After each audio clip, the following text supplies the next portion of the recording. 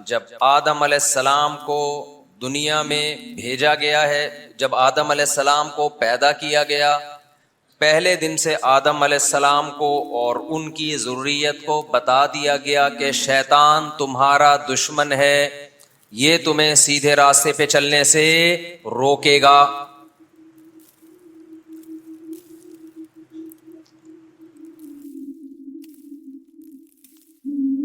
فَاتَّخِذُوهُ عَدُوًّا، اسے دشمن ٹھہرا لو، سمجھ لو کہ یہ دشمن ہے۔ اور اللہ نے یہ بھی بتا دیا کہ شیطان کس کس طریقے سے تمہیں گمراہ کرنے کی کوشش کرے گا۔ شیطان کی گمراہی کے بہت سے طریقے ہیں، جن میں سب سے زیادہ مؤثر طریقہ شیطان کا یہ ہے کہ برائی کو آپ کی نظر میں مزین کر دیا جائے، آپ برائی کو برائی سمجھنا چھوڑ دو۔ ایک طریقہ تو یہ ہے، بلکہ قرآن کے الفاظ دیکھیے، وَزَيَّنَ لَهُمُ الشَّيْطَانُ أَعْمَالَهُمْ، شیطان نے ان کے برے اعمال کو ان کے سامنے مزین کر دیا۔ زینت کسے کہتے ہیں؟ خوبصورتی کو۔ دیکھو کوئی عورت خوبصورت ہے، ضروری نہیں کہ وہ مزین بھی ہو، زینت اختیار کی بھی ہو۔ ایک عورت بدصورت ہے، زینت اختیار کر کے خوبصورت لگ سکتی ہے، تبھی تو دلہنیں بیوٹی پارلر میں جاتی ہیں نا، کہ جیسی اوریجنل میں ہے ویسی لگے نہیں۔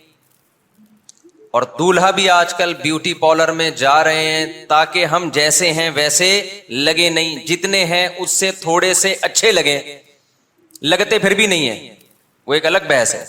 دولہا کبھی بیوٹی پارلر جا کے اچھا نہیں لگتا، شیمپو سے نہا لے، ڈیٹول سے نہا لے، اس سے زیادہ دولہا پہ جچتی نہیں ہے، مردانگی کے خلاف ہے۔ آدمی، ابھی میں ٹاپک چینج اچھا چھجا والا لے کے چلا ہوں، یہ دولہا مرد ہونا چاہیے، بہت زیادہ وہ شیروانی پہن لی، کڑائی والا کرتا پہن لیا، اس سے زیادہ بیوٹی کو فوکس کرنے کی کوشش مت کرو۔ اَوَمَن يُنَشَّأُ فِي الْحِلْيَةِ، زیورات کے ذریعے بیوٹی یا میک اپ کے ذریعے بیوٹی، یہ عورت پہ یہ چیزیں جچتی ہیں، یہ مردوں کے کام نہیں ہے، مردوں پہ نہیں جچتی یہ چیزیں۔ آدمی بنو آدمی۔ اعز مقام فی الدنا سرج سابح وخیر جلیس فی الزمان کتاب۔ متنبی نے کہا تھا مرد کے لیے سب سے بہترین جو جگہ ہے وہ تیرتے ہوئے گھوڑے کی پشت ہے۔ یہاں مرد اچھا لگتا ہے، بیوٹی پارلر میں بیٹھا ہوا اور کیا ہے تھریڈنگ، وہ لفظ ہی یاد نہیں ہوتا، کبھی فیشل کراتا ہوا اچھا نہیں لگتا۔ جن عورتوں کو اچھا لگ رہا ہے وہ عورتوں کی نیچر خراب ہو گئی ہے۔ بولو جتنے میرے منہ پہ پھوڑے پھنسی ہیں اسی کے ساتھ میں شادی کروں گا، ایک بھی پھوڑا غائب نہیں ہوگا۔ پھوڑے پھنسی ہیں تو اس کا تو کر لو، یعنی بہت پھیل رہی ہے یہ چیز ہماری سوسائٹی میں، آدمیوں والے کام کرو بھائی۔ اعز مقام فی الدنا سرج سابح، تیرتے ہوئے گھوڑے کی پشت، متنبی شاعر کہتا ہے یہ مرد کے لیے سب سے بہترین مقام ہے۔ وخیر جلیس فی الزمان کتاب، بہترین ہم نشین گرل فرینڈ نہیں ہے، کتاب ہے۔ کتابوں سے آپ کی دوستی ہو جائے اچھے لگو گے۔ کبھی وہاں پکڑا جا رہا ہے قائد اعظم کے مزار پہ، کبھی کسی پارک میں پکڑا جا رہا ہے، کبھی کسی لڑکی کی باہوں میں گھسا ہوا ہے، کبھی کسی اور کی باہوں میں گھسا ہوا ہے۔ یہ ٹھرکی مرد نہ سوسائٹی کو اچھے لگتے ہیں، نہ ان لوگوں کو اچھے لگتے ہیں جو نیچر پر ہیں۔ جو مرد کا بچہ ہوگا نا اس کو زنانے میں گھسنے میں شرم آئے گی، بےغیرتی محسوس ہوگی۔ عورتوں میں بیٹھا ہوا مرد اچھا بولو نہیں لگتا، اس کو خود شرم بھیج دیا یار, آدمیوں میں بٹھاؤ مجھے. آج شادیوں میں زنانے میں گھس رہے ہوتے ہیں. اب تو زنانے الگ رہے نہیں ہیں شادیوں میں, وہی عورتیں بھی گھوم رہی ہیں, وہی مرد بھی گھوم رہے ہیں. مرد کو تو برا لگتا ہے کہ یار میرا یہاں کیا کام ہے یار. بچپن میں ہم یہ لفظ بہت سنتے تھے, لڑکیوں میں لڑکا. آپ تو بھول ہی گئے, دیکھو جملہ بھی مکمل نہیں کر رہے. یہ لفظ بہت ہماری زبان پر ہمارے بڑوں نے سکھایا تھا, لڑکیوں میں لڑکا گوں کھاتا. جب کوئی لڑکا لڑکیوں میں بیٹھا ہوتا تھا نا, شادی بیاہ میں کہیں لڑکیوں کے ڈپارٹمنٹ میں چلا گیا, تو اس کو ہم چھیڑتے تھے, لڑکیوں میں لڑکا گوں کھا, یعنی گوں کھانے گیا ہے وہاں پہ, تو گوبر کھانے گیا ہے وہاں پہ, تیرا کیا کام ہے وہاں پہ. یہ تمام چیزیں انسان کی مردانگی کو متاثر کرتی ہیں. سمجھتے ہو کہ نہیں سمجھتے؟ ہمارے ایک استاذ کے لیے ایک رشتہ آیا, تو لڑکی کماتی تھی اور وہ زیادہ پیسے والے نہیں تھے, تو انہوں نے انکار کر دیا. کسی نے پوچھا کہ جی آپ کے پاس تو ویسے ہی آمدن نہیں ہے, کمانے والی لڑکی مل رہی ہے, کر لیں شادی. انہوں نے کہا ہم بےغیرت نہیں ہیں. یہ ان کے الفاظ ہیں, صحیح کا غلط کا یہ تو آپ بیٹھ کے تجزیہ کریں. انہوں نے کہا ہمارے خاندان میں رواج نہیں ہے عورت کی کمائی کھانے کا. معذرت چاہتا ہوں, اس طرح کی باتیں آپ سے شروع کر دی ربیع الاول میں, بہت معذرت چاہتا ہوں. میں سیرت کی طرف آ رہا ہوں دوبارہ. تو یہ سیرت ہی ہے بھائی, یہ کیا ہے, یہ سیرت ہی بیان کر رہا ہوں. حلوہ بھی ربیع الاول پہ اپنے پیسوں سے نہیں پکا رہے, وہ بھی سسرال سے لے کے پکا رہے ہیں. تو وہ استاذ ہیں ماشاءاللہ, اللہ ان کو بڑی غیرت دی. انہوں نے کہا بھائی ہمارے ہاں یہ رواج نہیں ہے, تو ہم اس سے کریں گے جس کو ہم کھلائیں, اس سے ہم نہیں کھائے گا. ان کا اسٹائل بھی پھر ایسا ہی, انہوں نے کہا ہم نہیں کھائے گا. غیرت پہ سمجھوتا بولو. انہوں نے کہا نہیں کرے گا, جاؤ. انکار کر دیا انہوں نے. اب وہ اس کو جاب چھڑوا نہیں سکتے تھے کیونکہ اس غربت میں وہ گزارا نہیں کرتی. تو انہوں نے کہا اس کو بولا پھر کسی مالدار سے کرے. تو ہم جو ان کے الفاظ یہ ہیں کہ ہم اگر روکھی سوکھی کھائیں گے تو اس کو بھی ہمارے ساتھ روکھی سوکھی کھانی پڑے گی, خرچہ ہمارا ہو. خیر یہ غیرت ویرت کے کچھ چیزیں, آگے چلتے ہیں. تو میں بس یہ بات کو عرض کر لوں کہ بیوٹی پارلر کس پہ جچتا ہے, لڑکیوں پہ جچتا ہے, مردوں پہ نہیں جچتا. میں یہ نہیں کہہ رہا کہ شادی والے دن سول ڈریس میں چلے جاؤ, نہاؤ دھو اچھی طرح تیار ہو جاؤ اور بس اتنا کافی ہے. صابن سے نہاؤ, نہیں تو ڈیٹول سے نہا لو. پھر بھی اگر آپ کو لگتا ہے کوئی جراثیم باقی رہ جائیں گے یا اچھے نہیں لگو گے تو تیزاب سے نہا لو, بالکل نیٹ کلین ہو جاؤ گے انشاءاللہ. تو اللہ تعالی نے جتنے بھی پیغمبر دنیا میں بھیجے, ان کا بنیادی کام کیا تھا, لوگوں کو مخلوق کی عبادت سے نکال کے اللہ کی عبادت کی طرف لانا. یہی ہے نا پیغمبروں کا کام. شیطان نے کیا کیا؟ قرآن کہتا ہے شیطان پہلے دن سے پیچھے پڑا ہوا ہے. وَزَيَّنَ لَهُمُ الشَّيْطَانُ أَعْمَالَهُمْ. شیطان یہاں اعمال سے برے اعمال مراد ہیں. شیطان کیا کرے گا؟ ان برے اعمال کو, کچھ لوگوں کو تو برائی کی عادت پڑ جاتی ہے, کچھ کو کیا ہوتا ہے, شیطان کیا کرتا ہے برائی پہ لیبل اچھائی کا لگا دے گا, تو اس برائی کو لوگ اچھا سمجھ کے کرنا شروع کر دیں گے. آپ کو پتا ہے کہ سب سے پہلی برائی وہ برائی جس کے لیے اللہ نے پیغمبر کو بھیجا. برائی تو اس سے بھی پہلے ہوئی ہے, لیکن اس کے لیے جدید پیغمبر نہیں آئے. سب سے پہلا جرم دنیا میں قتل ہوا ہے. قابیل نے اپنے بھائی حابیل کو قتل کیا. وہاں بھی شیطان نے برے عمل کو مزین کر دیا تھا. طوعت لہ نفسہ,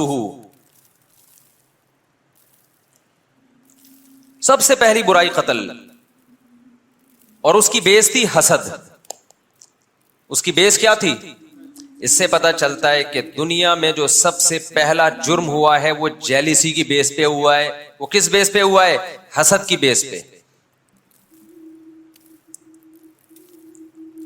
آدم علیہ الصلوۃ والسلام کے بیٹے حابیل نے بھی قربانی پیش کی اللہ کے ہاں. قابیل نے بھی قربانی پیش کی. کس کی قربانی قبول ہوئی؟ حابیل کی. قابیل جیلیسی کا شکار ہو گیا. کہ اس کا مقام اونچا ہو گیا، میرا مقام نیچا ہو گیا. اس کا حل یہ تھا کہ قابیل توبہ کرتا، اے اللہ مجھ سے کون سا ایسا جرم ہوا ہے جس کی وجہ سے اس کی قربانی قبول ہو رہی ہے، میری قربانی قبول نہیں ہو رہی، تو مجھے معاف کر دے. اللہ آدم علیہ السلام کی خطا کو معاف کر دیا نا اللہ نے، تو آدم کے بیٹے کی خطا کو بھی معاف کر دیتا. بجائے معافی مانگنے کے جیلسی کا شکار ہو گیا کہ اس کی عزت زیادہ ہوگی اب سوسائٹی میں، میری عزت کم ہوگی. چھوٹی سی سوسائٹی تھی اس وقت. آج جتنے بھی باطل فرقے ہیں نا جو غلط بات پہ ڈٹ جاتے ہیں، ان تمام کے پیچھے یہ حسد کا جذبہ ہے اور ذاتی بغض کا جذبہ ہے. میرا ایک کلپ بہت وائرل ہو رہا ہے ربیع الاول کے حوالے سے کہ نبی نے پیر کے دن روزہ رکھا ہے، ایسا ہی ہے نا، اور بتایا میری ولادت کا دن ہے. روزہ اور تہوار یہ کبھی بھی جمع نہیں ہو سکتے. اس کے بعد سے آپ دیکھیں کتنا لوگوں نے مخالفت شروع کر دی ہے. قرآن مجید میں پچھلی امتوں میں جو برائی آئی اس کا ایک بڑا سبب اللہ فرماتے ہیں ان کے جو آپس کے اختلافات تھے وہ ذاتی بغض کی بنیاد پہ تھے، وہ دلائل کی بنیاد پہ نہیں تھے. دیکھو صحابہ کرام میں جو اختلاف ہوا ہے وہ ذاتی بغض کی بیس پہ نہیں ہوا ہے، دلائل دونوں طرف تھے. ایک کی نظر میں اس دلیل کو زیادہ اہمیت تھی، دوسرے کی نظر میں اس دلیل کو زیادہ اہمیت تھی. لیکن آج جو اختلافات ہو رہے ہیں وہ دلیل کی بیس پہ نہیں ہو رہے، وہ ذاتی بغض کی بیس پہ ہو رہے ہیں.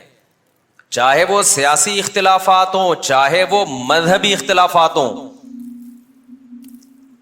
کسی سیاسی لیڈر کی عقیدت کو دماغ میں بٹھا دیتے ہیں، پھر اس کے خلاف ایک لفظ سننا پسند نہیں کرتے، جیسے اس کے نام کا کلمہ پڑھ لیا ہے. اور کسی سیاسی لیڈر کی نفرت کو دماغ میں بٹھا لیتے ہیں، پھر اس کے حق میں ایک لفظ سننا پسند نہیں کرتے، اس کو شیطان کی طرح مردود سمجھ لیا گیا ہوتا ہے. پوری قوم اس بیماری میں مبتلا ہے. یہی مذہب کے ساتھ ہو رہا ہے. آپ نے ایک کانسیپٹ بنا لیا مذہب کا کہ مذہب میں یہ چیز ہے، دلائل کہ آپ امار لگا دیں کہ یہ نہیں ہے، سامنے والا ماننے کے لیے تیار نہیں ہوتا، وہ نہیں ہوتا. اب ربیع الاول میں یہ جو جلسے جلوس اور اس طرح کی چیزوں کے جو دلائل پیش کیے جاتے ہیں وہ کس قسم کے دلائل ہیں؟ کوئی ایک صحابہ کا کوئی عمل، کوئی تابعین کا عمل، کوئی اسلاف کا عمل، کوئی ایک روایت بھی ہمیں ملتی ہے؟ کہیں کچھ بھی نہیں ملتا. فلانا مناتا تھا، فلاں نے لکھا ہے تو فلاں نے لکھا ہے. بھائی دین سب سے پہلے کہاں سے چلا ہے؟ قرآن، سنت، صحابہ، یہ ہے نا دین. تو اور ایک بات خوب اچھی طرح سمجھ لیں، میری حضرت مفتی تقی عثمانی صاحب سے ملاقات ہوئی، ان کی زیارت کے لیے گیا، انہوں نے بڑی زبردست نصیحت کی. وہی بات کی جو ہم کہتے رہتے ہیں، اس سے بڑی تائید ہوئی کہ آپ ان فرقوں کو ختم نہیں کر سکتے. آپ کا کام ہے پازیٹو وے میں، مثبت انداز میں اپنے دلائل لوگوں کے سامنے رکھ دینا. جس کی قسمت میں ہدایت ہوگی آ جائے گا، جس کی قسمت میں ہدایت نہیں ہوگی، جو سیدھا راستہ نہیں چاہے گا، اس کو آپ زبردستی ہدایت نہیں دے سکتے. یہ چلتے رہیں گے اسی طریقے سے. اس جملے سے بڑی تسلی ہوئی. اسلام سے زیادہ حقانیت کس کی ہو سکتی؟ دنیا میں لوگ بتوں کی عبادت کر رہے ہیں کہ نہیں کر رہے؟ کیا دلائل کی دنیا میں ان کا پلڑا بھاری ہے؟ کون دنیا میں ایسا شخص ہوگا جس میں اتنی سینس بھی نہیں ہوگی کہ جس پتھر کو میں اپنے ہاتھ سے تراشتا ہوں، میں نے خود بنایا، میں نے مارکیٹ سے خریدا، 2 خریدنے پر تیسرا فری ملا مجھے، ہول سیل کے ریٹ الگ ہوتے ہیں، وہ میری بگڑی بنائے گا. اس کے لیے کسی دلیل کی ضرورت ہے اس پر رد کرنے کے لیے؟ لیکن کیا بڑے بڑے ڈاکٹر، بڑے بڑے سائنٹسٹ، انجینئرز کیا بتوں کی عبادت نہیں کر رہے؟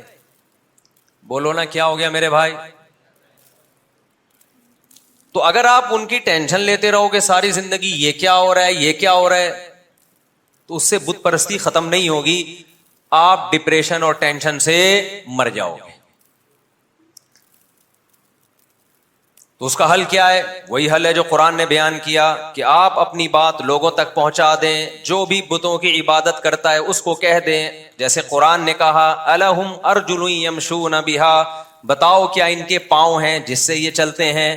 ام لہم اعین یبصرون بہا, بتاؤ کیا ان کی آنکھیں ہیں جس سے یہ دیکھتے ہیں؟ ام لہم ایدی یبطشون بہا, بتاؤ کیا ان بتوں کے یہ ہاتھ ہیں جس سے یہ پکڑتے ہیں؟ ام لہم آذان یسمعون بہا, بتاؤ کیا ان کے کان ہیں جس سے یہ سنتے ہیں؟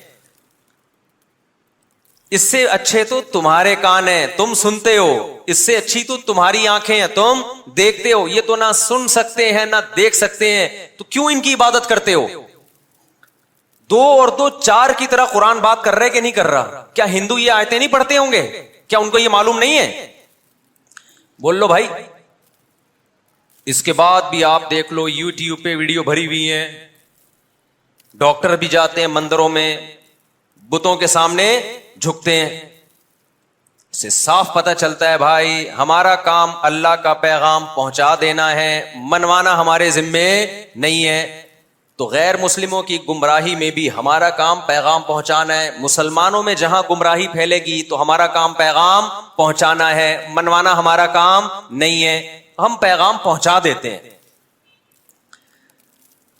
کہ ربیع الاول میں جو کچھ آج کل ہو رہا ہے یہ پیغمبر کا طریقہ نہیں ہے, یہ آپ کی اپنی خواہشات ہیں جن کو آپ مذہب کا لیبل لگا کے پورا کر رہے ہو. دین اپنی خواہشات کا نام نہیں ہے. پورا صحیح کوئی نہیں ہوتا. جب ہم بتاتے ہیں نا کہ محرم میں ایسے گزارو جیسے پیغمبر نے گزارا, ایسے گزارو جیسے صحابہ نے گزارا, تو کیسے گزارا بھائی؟ صرف 10 محرم کا روزہ, 9 10 یا 10 11 بس.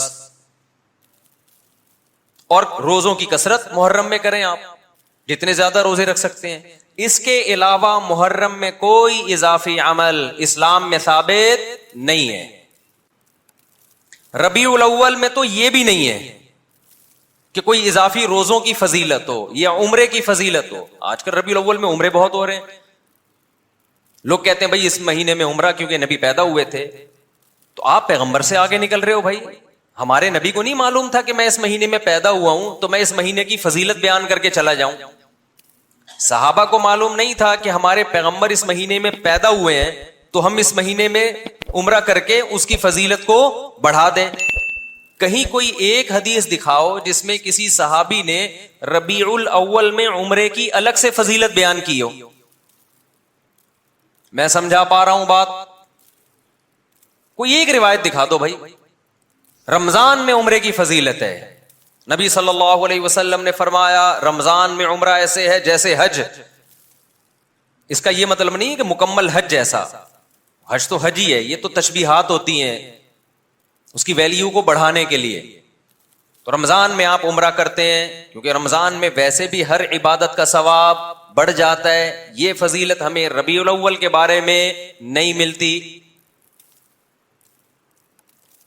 تو کیوں اللہ اس کے رسول کی طرف نہیں آ جاتے؟ کیوں اس اسلام کو فالو نہیں کرتے جو 1400 سال پہلے آیا تھا؟ تو میں یہ عرض کر رہا تھا شیطان نے کیا کیا؟ وَزَيَّنَ لَهُمُ الشَّيْطَانُ أَعْمَالَهُمْ, شیطان برے اعمال کو کیا کرے گا؟ مزین. دنیا میں وہ برائی سب سے پہلے جو آئی ہے جس کے لیے اللہ نے پیغمبر کو بھیجا ہے وہ عقیدت میں غلو کی وجہ سے آئی ہے. نوح علیہ الصلوۃ والسلام جب آئے نا توحید کی دعوت کے لیے, تو آپ کو پتا ہے نوح علیہ السلام کی قوم میں کون سا شرک تھا؟ نوح علیہ الصلوۃ والسلام سے پہلے اس قوم میں 5 بڑے بزرگ گزرے تھے, اللہ والے گزرے تھے, جو لوگوں کو اللہ اللہ سکھایا کرتے تھے, لوگوں کو توحید کی دعوت دیا کرتے تھے, اللہ کے عبادت گزار تھے. ود, سوا, یغوث, یعوق, نصر, یہ 5 نام تھے ان کے. سمجھ میں آ رہی ہے بات؟ یہ 5 نام تھے. جب ان بزرگوں کا انتقال ہوا, لوگوں کو افسوس ہوا کہ اتنے بڑے بڑے بزرگ ایک ایک کر کے چلے گئے. اس زمانے میں بم دھماکے نہیں ہوتے تھے, ورنہ ایک ہی ساتھ چلے جاتے وہ. آج کل تو بہت سارے بزرگ ایک ہی ساتھ ہول سیل کا حساب چل رہا ہے. اللہ بچائے ہم سب کو ان دھماکوں سے, ملک کے حالات کو اللہ صحیح کرے, درست کرے. تو ایک ایک کر کے اپنی طبعی موت وہ مرتے چلے گئے. لوگ ان کی عقیدت محبت میں روئے, ثواب سمجھ کے روئے.